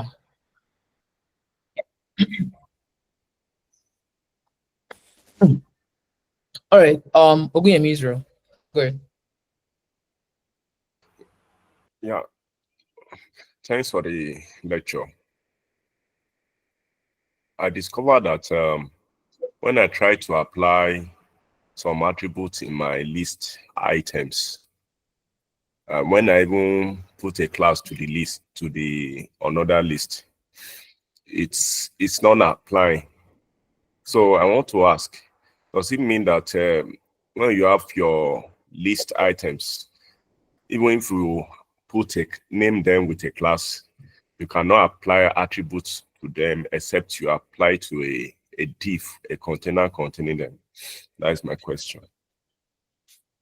Sorry, I think you might rephrase that question. I didn't get the context clearly. You said something about Okay. attributes. You said something. Okay, go ahead, please. So I said I try to apply some CSS properties to my list items, Okay. the UL. So I attached a class to the UL. So I now, in my CSS sheet, I now applied some properties, and it wasn't infecting. So Okay. I now want to ask, the CSS properties, are they only applicable to the container, to the div, and you cannot apply them to the list items themselves? That is the question. No, you can apply to the list items actually. You can, so whichever one you selected, whichever one you apply the style, that's where it's going to be, right? The class you put, you added it in the UL, not in the LI, right? So Yes. you're now saying whatever style I'm giving, apply it to the container. That's whatever is wrapping these items is the UL. But then if you want the class or the style to affect both inside the children, then you have to create another selector that selects the children. Because if you just say the class, let's say as I have dot skills here, right? Where's my dot skills? Yeah. This is my dot skills. Any class I'm applying here is only going to apply to this UL. But if I want any class or CSS property to affect the children, I have to create another selector, say dot skills again, and then space li. Okay. Now I'm not telling the system there is a child inside the skills, and the child or the child element is li, right? So any other class I am putting here now is going to affect this li's here. All the list items inside it. Yeah. So you have to create another CSS selector to effect for those li's. Or you can actually come and give them class. I mean, you can give this one's class also. And call it anything.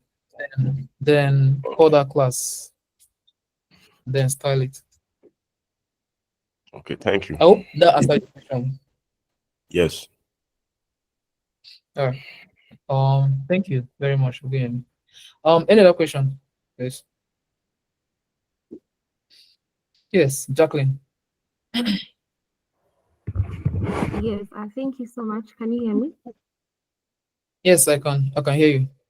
Okay. Yes, I've been trying to follow through, but when it came to styling the last div, I don't know what mistake I made. I can apply everything else, but the colors are not showing in my styling. They're there in the CSS and the classes, but on the part of the Flexbox, but I can't see the colors. I don't know why it's not showing. So you gave the items the style, right? The background color, the items inside the Flexbox. Yes. I've given every item a color. Okay, and it's not showing. You save the file and you show that the selector is matching the same name you gave the item, and you're using the class selector too. That's dot, and Yes. still is not. Yes. But then the Okay. Flexbox, the row reverse is working. Everything else, like it takes it to the side and everything else, but the color is not working. Yeah. You said color or background color? The background color of the items 1, 2, 3. It's not working. It's just showing the numbers. The numbers keep moving according to what style I've applied to the Flexbox, but the color is not shown. Can you send a screenshot of your CSS and your HTML also on the Slack channel, please? Okay, I'll do that. Thank you. Thank you. All right. Please bring your questions, please. Another question.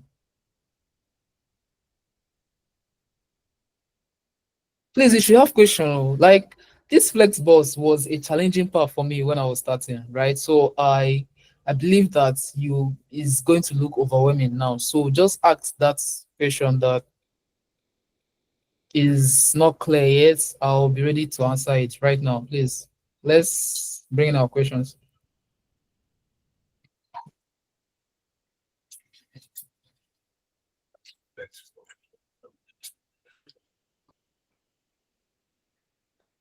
Tijani Ayomide. Good evening, sir. Good evening, Chief. This is one question about the tech docs. Sorry? If This is my question. Okay. The display properties that you only use it for the the parent element, that is the div, Yes. the main div. So inside the main div, we also have some div inside it also. Sorry. I'm not sure. Did that. That the class of Flexbox. Okay. Inside it, we have one have item one, item two, item three also. Yes. So this is my question about it. Is it possible for us to also make use of the display properties in Flex to all those other divs inside the Flexbox and the Flex div and the Flexbox div? Like, is it possible to also use display property, their display flex property inside the items too? Yes. Yes, it is. It is. But that And particular property is not going to override the parents. Probably you have children in one of them. Let's say we have item one, item two, item three under this Flexbox. Inside the first item, we can also have other children. Let's say in item one, this is item one, right? Inside yes, this, I have another div. Sorry. I have another div that said A, B, and then C.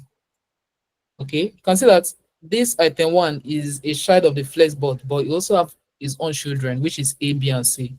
So you can actually apply this flex property to this item one to position this A, B, and C, giving them a flex properties or giving them flex features. Now I can do it. I can say in my item one, I can say display. No, let me see how it looks first. Sorry.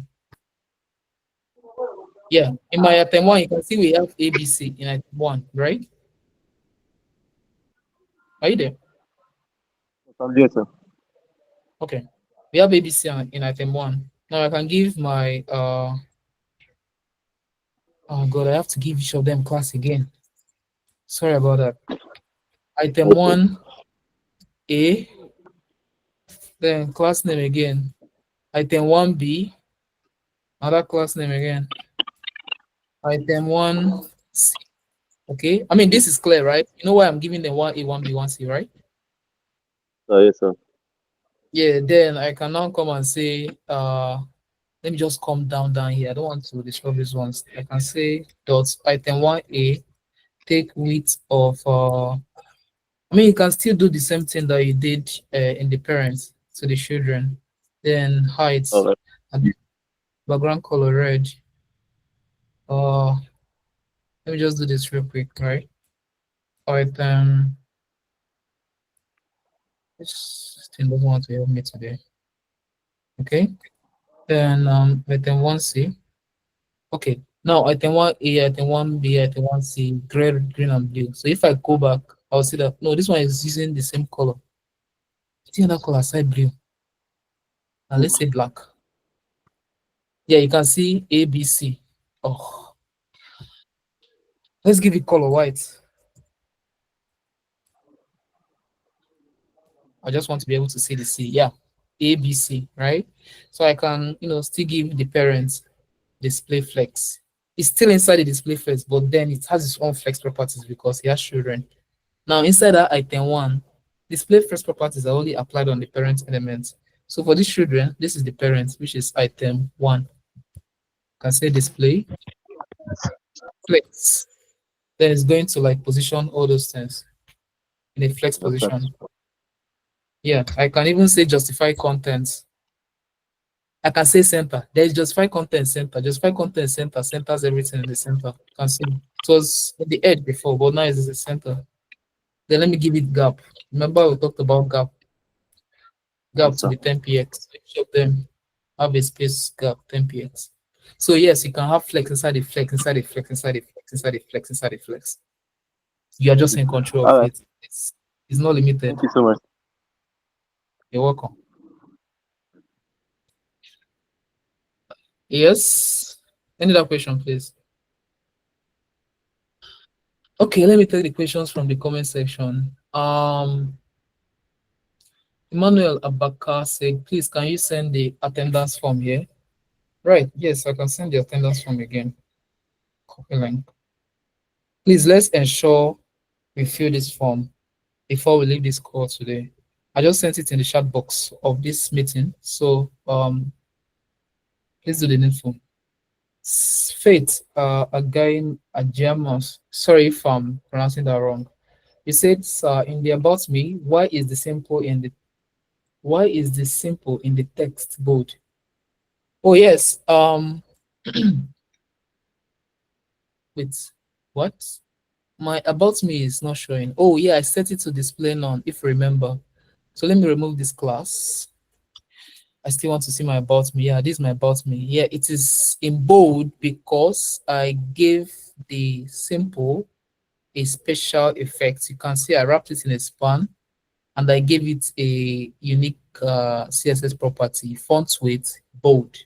So we can actually use a font weight to change the thickness of an element or the content in an element. There's other properties for font weight. There's a lot of them. We have bold, bolder, lighter, normal. We still have these numbers. I think from 500, 500 is medium, 600 is semi-bold, 700 is bold, 800 is bolder, 900 is, I think, is thick or black. You can actually apply them. If I say 900, see how thick this is, right? But if I say 900, it's going to be thicker than how it is before. I mean, it differentiates between the particular font family you're using. We are using Georgia, and Georgia might not know or might not be able to read 900. But if I change this to like 200, 200 is, I think, lighter. Come back, you see it's light, right? No more thick. So yeah, I applied font weight bold to it. That's why it is thick. Believe that answered your question, Faith. Yeah, for the simple alone, yes, just for the simple. I just wanted to add special effect to the simple. You can apply it to any other item there. You can apply it to the interest. You can apply it to particular. You can just anything. You can even highlight the front-end developer. Because you're a front-end developer and you are proud being a front-end developer, you can wrap the front-end developer in a span because you want to apply a special effect to it in a span. So yeah, you can put self-taught. Thank you. Most of us, we are proud saying self-taught. I'm a self-taught front-end developer. Yes, I taught myself. That's actually a big flex. Class name can say color because I'm a self-taught. I can say no, I need a hash color. Red. Can just wait, what?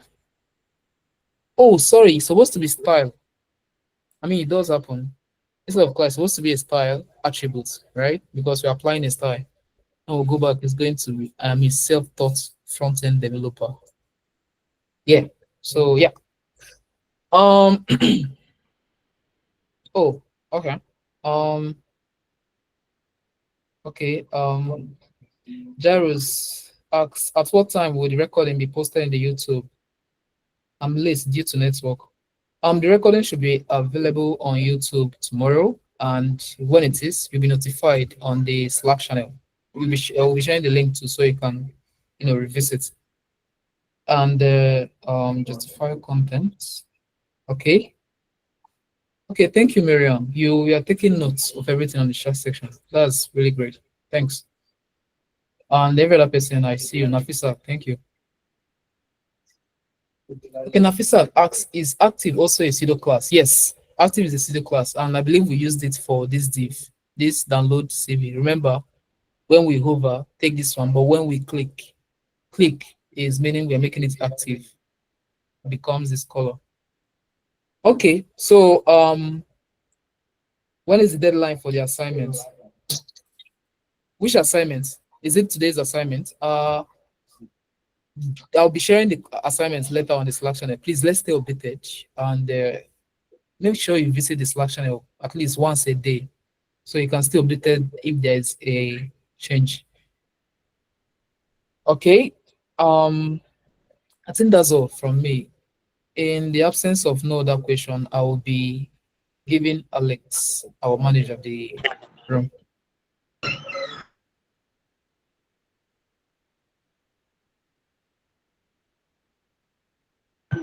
Hello. Hi guys. Hi, Alex. Good evening. So, thank you, Mr. John, for this amazing class. Really appreciate your effort. So, guys, please make sure you fill the form on the comment section. It's very important. The attendance form, just make sure you fill it. So, thank you, guys. Thank you for today's class. Thank you so very much. And that's all for that's all for today.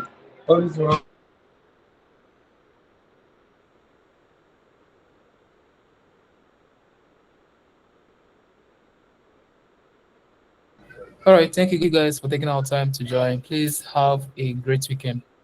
Bye. Thank you. Thank you. Thank you. Thank you. You're welcome.